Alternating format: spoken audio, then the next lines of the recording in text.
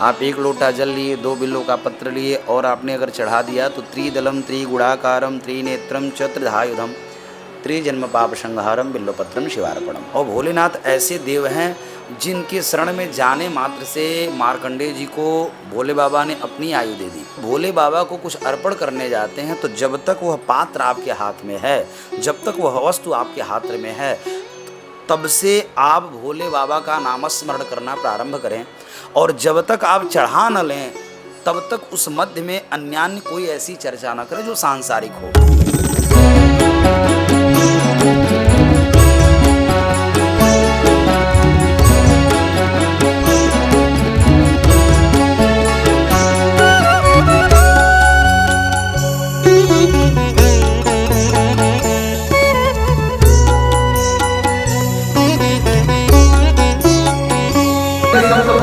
माताओं ने सबसे पहले यही कहा, मैं जब धर्म कर्म का कार्य करूं तो आप हमें रोकेंगे नहीं। विवाह के समय शब्द पर ये हुआ।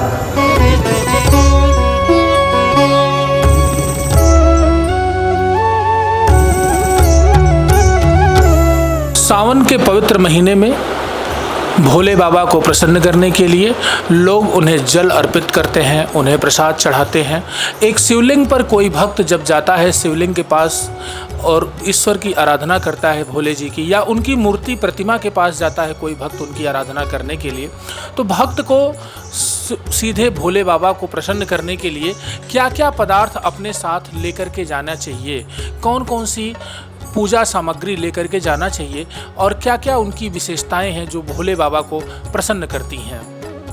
आत्मा तुम गिरिजामती सहचरा पाणा शरीरम गृहम पूजा ते विषयोपभोग रचना निद्रा समाधि स्थिति संचार पदयो प्रदक्षिण विध स्तोत्राणि सर्वा गिरा यद्यत् कर्म करोमि तद्दमखिलम संभो तवाराधनम।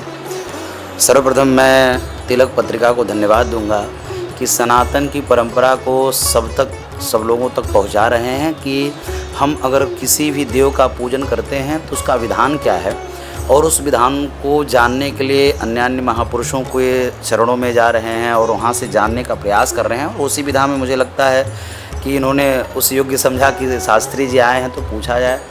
सर्वप्रथम देखिए, किसी भी देव का पूजन, भगवान भोले बाबा तो कहा गया है शिव का अर्थ ही कल्याण होता है।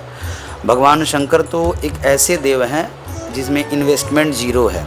आप एक लोटा जल लिए, 2 बिल्लों का पत्र लिए और आपने अगर चढ़ा दिया तो त्रिदलम त्रिगुणाकारम त्रिनेत्रम च त्रिधायुधम त्रिजन्म पाप संहारम बिल्वपत्रम शिवार्पणम। महत्व चढ़ाने से अधिक है आप किस भाव से चढ़ा रहे हैं।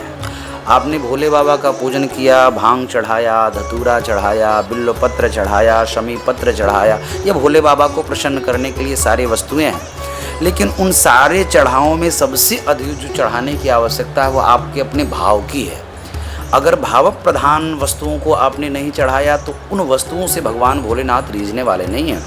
मैं प्रायः कथाओं में भी कहता हूँ कि वह आपके अंदर के भाव को भी जानने वाले हैं। और भोलेनाथ ऐसे देव हैं जिनके शरण में जाने मात्र से मार्कंडेय जी को भोले बाबा ने अपनी आयु दे दी।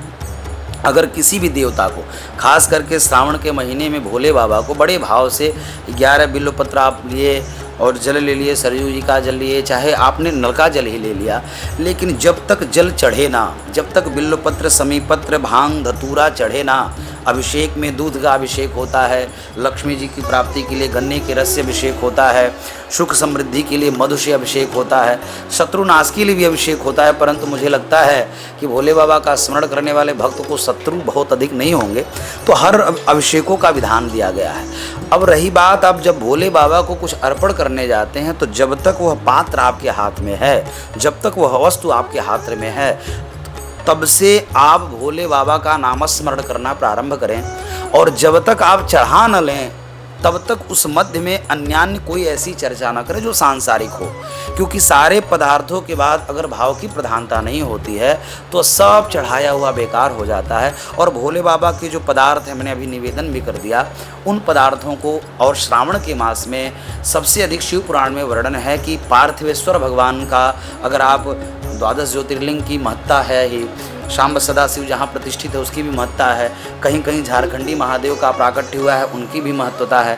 परंतु अगर आपको अवसर मिले श्रावण के महीने में तो भोले बाबा का पार्थिवेश्वर बना करके अगर स्वयं ओम नमः शिवाय करके जल चढ़ाते हैं प्रातःकाल, और उस पार्थिव को ले जा कर के फिर आप सरयू जी में, चाहे गंगा जी में, यमुना जी में, जहाँ जो नदी नज़दीक हो, चाहे नदी नहीं हो तो तालाब नज़दीक हो, वहाँ विसर्जित करते हैं तो संत वृंद और शिव पुराण में वर्णन है कि अनंत गुना फलदायक है पार्थिवेश्वर भगवान का अभिषेक करना। तो उनकी सारी ये विधियां हैं, इन विधियों को बड़े भाव के साथ करिए, क्योंकि भाव की प्रधानता है और भाव की प्रधानता के साथ करेंगे तो निश्चित है जिस माध्यम को, जिस मुहिम को तिलक पत्रिका आप तक पहुंचाना चाहती है उस मुहिम, उस माध्यम को समझ पाएंगे कि इसी आराधना से हमको भगवान सांब सदाशिव की कृपा और हमें उनका आशीर्वाद प्राप्त होगा।